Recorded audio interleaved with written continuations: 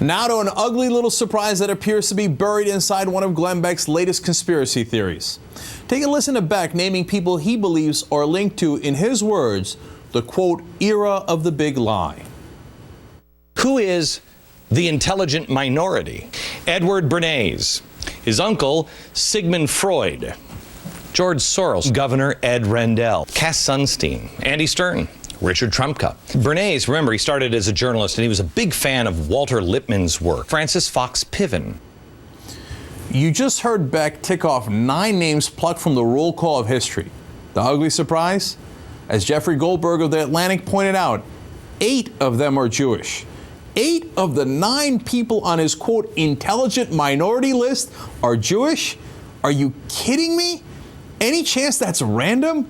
He couldn't find a non-Jewish governor in the whole country to put on his idiotic conspiracy list? It was one thing when Beck was just a lunatic. Now he's a dangerous lunatic.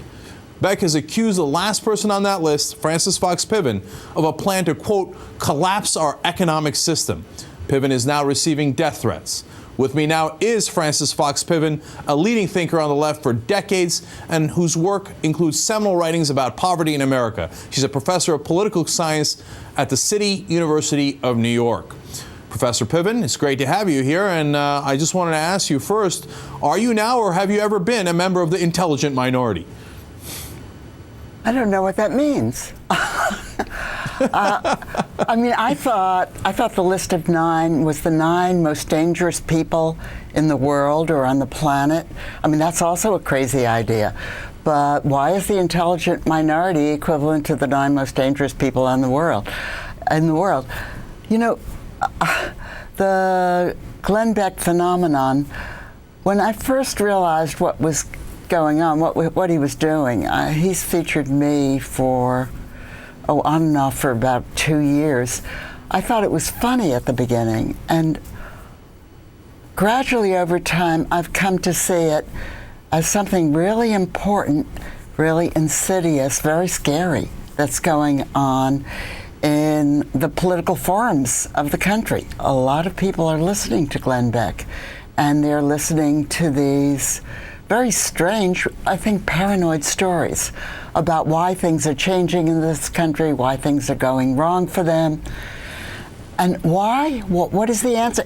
He points to these people, a handful of people. One of them is me. I have no idea why he even plucked me out of the tens of thousands of people he had to choose from. But that's not the point. The point is that he singles out particular people and tells this story about how big changes in American institutions can somehow be traced to something these people did. In my case, it's a little article that I wrote with my husband 45 years ago in The Nation magazine, proposing that poor people claim their lawful benefits from the welfare system. Whatever you think of that proposal, it is so strange, really so strange, that someone would be able to enlarge it to make it an explanation for why the housing market collapsed, why the financial market collapsed, why Barack Obama was elected, why George Soros, why SDS, why.